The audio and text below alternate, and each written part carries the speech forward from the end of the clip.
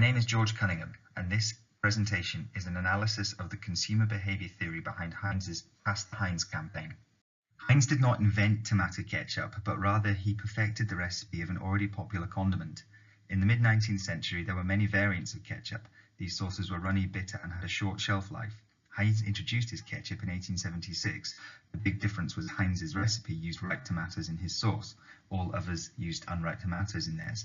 This ripe tomato needed sterilizing by adding vinegar, and then to counter the bitter sharp taste, Heinz added a lot of sugar. This made Heinz ketchup different as it activated all 5 taste sensations at once, something no other condiment available at the time could do. In addition, this new recipe was also a lot thicker than ketchups of the time, with the slow pouring speed of 0.28 miles per hour. It was a new kind of ketchup, and the public loved it. Today, with over 650 million bottles sold worldwide each year, Heinz tomato ketchup is one of the most popular condiments on the planet. It is a fast-moving consumer good.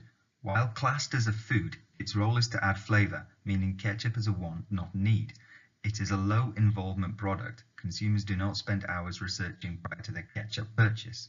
The condiment market is saturated, the range of sources available is vast, and with so many cheaper alternative ketchups available, Heinz face a constant challenge of marketing. How do they make sure that the consumer chooses Heinz and not a rival brand? Market research suggests that superior quality is a top factor when a consumer is choosing between branded and own-label alternatives. It is getting harder for brands to differentiate themselves on such a front, as own-label competition is catching branded products up on quality and using similar cues in product design. Heinz is fortunate to have had a long-standing relationship with the consumer and to have positioned itself around an iconic and irreplaceable taste profile. It is considered a staple of the kitchen cabinet, and as I will discuss further, is associated as a necessary addition to many types of food. It's this association that's at the heart of its recent marketing campaign, Pass the Heinz. Pass the Heinz started as a fictional advertising campaign from the TV show Mad Men. However, Heinz made the decision to officially run the campaign because of its incredibly effective use of classical conditioning. Behavioral learning theory assumes that learning takes place as a result of responses to external events. In the case of classical conditioning, it can be defined as a response which occurs when a stimulus that causes a response is paired with another stimulus that does not officially lead to that response on its own. Over time, this second stimulus causes a similar response because of its association with the first stimulus.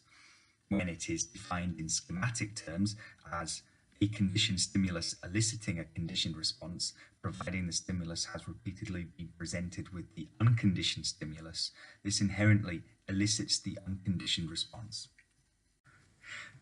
This behavior was first identified by Russian psychologist Ivan Pavlov in his experiments on conditioned and unconditioned stimuli in dogs. He noticed that the dog began to salivate when the man who brought the food to them entered the room.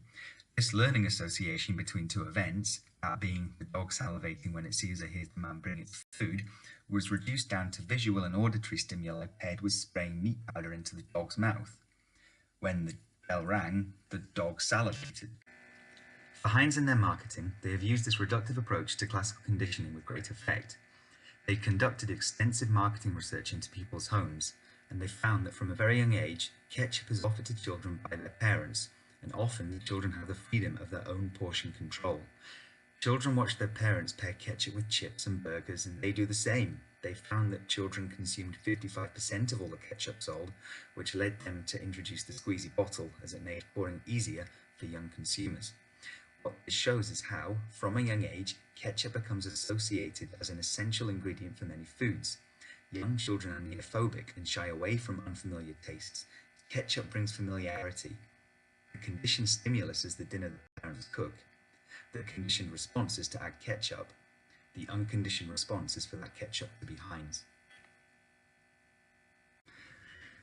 Pass the Heinz was a big campaign, with adverts up in Times Square, and the retro feel of the adverts gave them a timeless quality.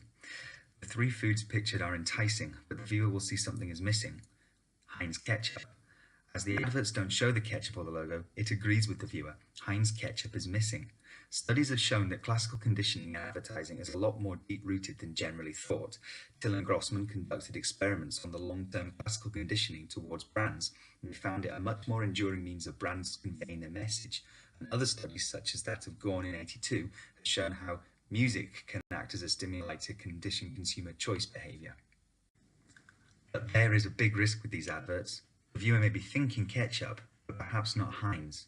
Recent market studies have shown that younger consumers are less likely to want ketchup, but other sauces such as hot sauce or mayonnaise.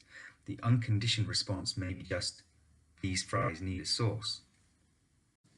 So, following on from the Pass the Heinz campaign, Heinz ran a series of television adverts where the bottle and the sauce were invisible to the viewer. The actions of the people in the advert were activating mental cues that reminded the viewer of Heinz ketchup. This campaign, called It Has to Be Heinz, also used classical conditioning principles to convey its message, the conditioned stimuli being the patting of the bottom of the bottle, or using a fork to scrape out the last of the sauce. The conditioned response is that the actions are relevant to ketchup, and the unconditioned response is that ketchup is Heinz. However, unlike the Pass the Heinz campaign, this time the bottle and the logo are shown at the end of the advert. This product association takes away the risk of the consumer not linking the stimuli to the response. This may be due to the fact that the research into classical conditioning and marketing lacks real-world scenario, and that may be backed up in empirical studies that do not translate outside the research lab. This argument is backed up by the research done by McSweeney and Beerley. One criticism of the Heinz campaign is that it is open to the risk of stimulus generalization. Stimulus generalization is where the stimuli similar to a conditioned stimulus evoke similar conditioned responses. The quintessential study proposing this was conducted by Watson and Rayner, who conducted a 9-month-old baby to be fearful of a white rat, as when the baby saw the rat, it was paired with a loud noise. After the baby was conditioned to be afraid of the rat, it was also afraid of items that resembled it. These included white rabbits, a fur coat, and cotton balls. Essentially, anything that reminded the baby of the rat. This phenomenon is exploited in marketing. Rival brands have bottles similar in design to Heinz, and supermarket-owned brands use logos that closely resemble theirs. Private label imitations of national brands may lead through stimulus generalization to the positive attitude towards the leading national brand transferring to the private label brand, as argued by Till and Pruluk. Take, for example, the bottle of Aldi own brand ketchup. Like the Heinz bottle, the own brand has a similar shape, with the labelling using a like style, with a similar layout of logo, and a picture of a tomato, and even the lid's the same colour. This allows Aldi to piggyback on the positive feelings consumers have towards Heinz. Recent adverts from Heinz have moved away from the use of classical conditioning to convey a message, with a focus on new product development and improving their environmental impact. This may be to counter the threat posed by stimulus generalization and focus on issues more relevant to the consumer. However, the recent use of classical conditioning in their advertising shows the strength and significance of the Heinz tomato ketchup brand and its psychological association with dinner time.